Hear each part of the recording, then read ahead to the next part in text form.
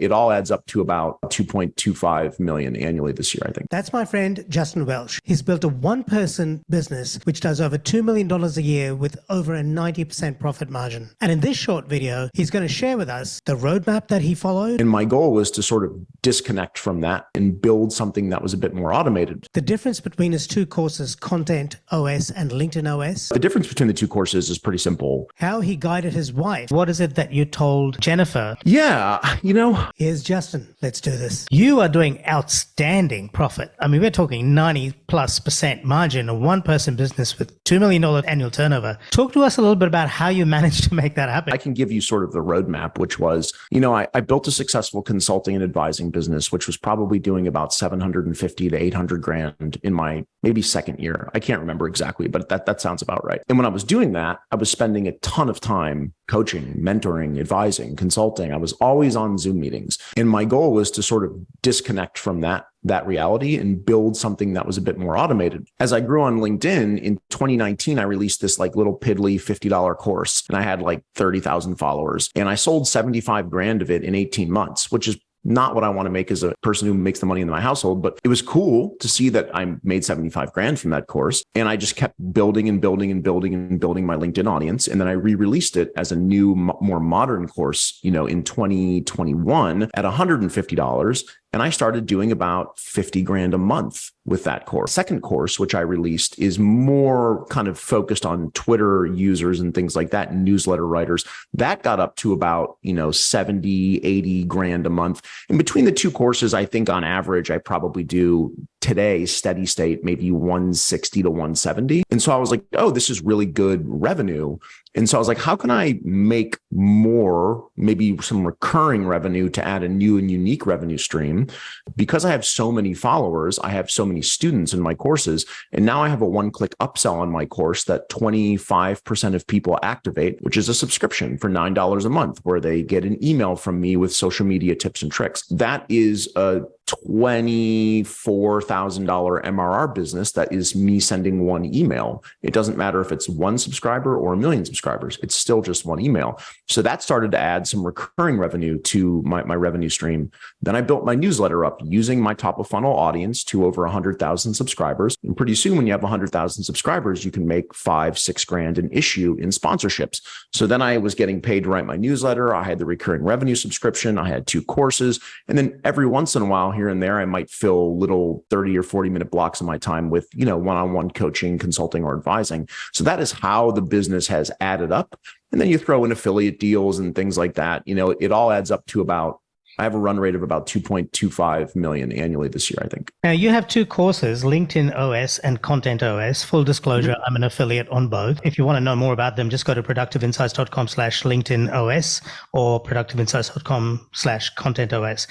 What's the difference between the 2 courses? And I know Content OS touches on Twitter a little bit more. A related question is, do you think Twitter is still viable? Because I'm finding very little engagement on it. Yeah, I think Twitter is super viable. I enjoy it. I've spent a lot of time trying to figure it out, and I think I've done a pretty decent job of figuring it out. So I like it. I use it differently than I use other social media platforms. I consume a lot more there than I do on other platforms. But the difference between the 2 courses is pretty simple. The LinkedIn course is not really a LinkedIn course. It's a branding course. It's about how to build a brand for yourself. LinkedIn just happens to be the vehicle that I'm most familiar with. And so I wrapped it in a LinkedIn shell. And there's some tactical stuff that is, relevant only to LinkedIn more so than to other social media platforms. But all in all, you can take the course and you could apply what you learn and use it on Twitter or YouTube or Instagram. It's a branding course. It's how to sell yourself, right? That's basically what it is. The Content OS is a bit more tactical. So the Content OS solves the number one problem that I hear from people on social media, which is, how do you come up with so many ideas? How do you publish so much content? How do you not miss? How do you stay consistent? So the Content OS was born from that challenge. And so what I teach in that is essentially a 9-step system that I use to start with a big idea, get it into a long form piece of content, chop it up into 6 to 12 smaller pieces of predictable content, and then push those through templates that generally work. to get engagement. So that's that course. Whereas the LinkedIn course is more of a high level strategic branding course. Okay. Question about your LinkedIn strategy. You talked about the branding thing. When you started in 2018, you forged a new path that you now follow, which several other people are now following, including me. Would you say that is correct? And if so, if you were starting again today with a Justin Welsh already who's forged this path, would you follow these steps and would you get the same results? I guess what I'm trying to say is you stepped into the stream back in 2018. The stream has changed now. The algorithm has changed. Sure. What is your advice to someone starting today? What should they do? Should they just follow LinkedIn OS? Will that work for them? Generally, like I said, it's a branding course. So I think there's a really important distinction here. It's a great question. I think there's a really classic distinction, which is the courses that I build and the knowledge that I share is not algorithm specific. So very rarely every once in a while I might say oh, here's something interesting I learned, right? Don't do this. The algorithm seems to hate it. I won't suggest that I've never said that. I certainly have. But for the most part, it's not hey, what worked in 2021 is that significantly different than what works in 2023. It's about branding and selling yourself. It's about becoming a person that's interesting that other people want to follow. It's not about how many slides go in my carousel or what time should I post at or do I leave a comment here? That's all piddlywink stuff, right? That stuff doesn't make or break a big brand. A big brand is made through strategic decisions, understanding the modern, personal brand on the internet, understanding how to find your tribe, acquire your audience. Those are all the things that I want to teach in the course, not, do I post at 8:15 or 8:18, right? Which is the number one kind of question I get from people. What tool should I use? What time?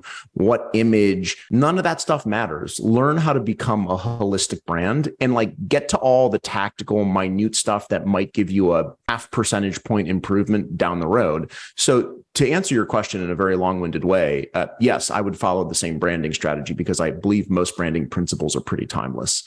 If you take a look at my wife, right, use her as an experiment. Yeah. Started last year, I think in January. I was hey, you should just go on the internet and talk about personal finance because you like that. Yeah. And 12 months later, she had 130,000 followers, was a LinkedIn top voice. That was following, my guidance. And so I look at her and, thousands of students that I have. I got 30 LinkedIn top voices in the course who have been students and gone on to become top voices. So I like to think that I'd follow the same path. So what is that secret sauce? Why are you so followable? And what is it that you told Jennifer? Yeah, there's so many different things, right? Branding is not just oh, what's the lever that you pull and become a really big brand? It's more than just one big thing. But, a couple of things stand out for me. I think one of them is your unique value proposition. So, for example, Jennifer comes at it from a very unique perspective. She's not a financial advisor. She's doesn't have her Series 7 or whatever it's called. She's just a woman who had a lot of credit card debt when she was younger, made every financial mistake possible, learned from her financial mistakes, dug her way out of debt, and became a success story. That in and of itself is interesting to most of her target audience, which is usually women who find themselves in a similar situation. Right. So she's relatable, right? Being really relatable, I think, is really important. Financial advisors are not relatable in general. I'm sure there are some that are relatable, but most of them are mechanical and very automated and very rigid. Whereas Jennifer tells stories, so she's relatable. That is a big part of being a brand. Your audience needs to see themselves in you when you're telling stories, talking. I think the other thing that separates sort of a followable person from someone who isn't is there's a lot of platitudes on the internet, right? Yeah. Work smart, not hard. Sure, I've said that before, but in general, work smart, not hard. Be a great person. All these just worthless platitudes and cliches that we've heard 1,000 times over. Whereas if you go and read my content, generally, I will teach you how to do something pretty tactical in a matter of 2 minutes. So you can read my stuff and then you can apply my stuff and you can fix a problem that you otherwise had been unable to fix. That is pretty... If you mix relatability with solving your audience's biggest problems, it's really hard not to grow a following. But people are so interested in cliches, platitudes, tear-jerking stories. Got to solve people's problems at some point in time. Dude, I got to say, I had to say you had a USP. I would say it would be that. Your succinctness, your preciseness, and your usefulness. The content, it reeks of that. And I couldn't agree more. There's a lot of Me Too content out there. And I do see you putting out very actionable stuff. So kudos to you for that. Sorry, you were going to say something? Oh, no, I just said thanks. That's my goal. Like, it seems easy, but I realize that it is a trained muscle, much like riding a bicycle. It's like if you don't know how to ride a bike, riding a bike seems hard. Yeah. If you do, it seems pretty easy. One thing that I've gotten into the habit of doing is when my audience asks me a question on a comment or on a tweet, or they reply back to the newsletter, like I store that as a nugget and say, I know how to solve that problem that they just asked about. And if I know how to solve it, what is the easiest way to solve it? What is the most basic, I think everyone knows this. The trick is they don't. All the things that seem easy to you or easy to me are very complicated to somebody else. That's just because we've learned them over time. Much like riding a bike seems easy to you or me, but to someone who doesn't know how to ride it, it's very complicated. And so teaching them the basics comes across as like succinct or easy or simple, when really it's just everyone else is so focused on getting complicated and complex. And I'm just like, oh, here are the 3 easiest things you can do to solve that problem. And people say, wow, that was really helpful. And so I just keep doing that. Right. For lack of a better description, So let's talk a little bit about, if you'd like to access the full conversation right now, you can do so by heading over to our membership community at productiveinsights.com/membership. Join while the prices are relatively low. We don't plan to offer these prices again. Be sure to subscribe, because we'll be dropping another few gems from that conversation I had with Justin Welsh in a future episode on our YouTube channel. If you enjoyed this video, check out this video with Justin, where he talks about how his revenue breaks down and shares some more absolute pearls that you can implement right away. If you found this useful, share your thoughts in the comments and share this video with somebody else who you think might benefit.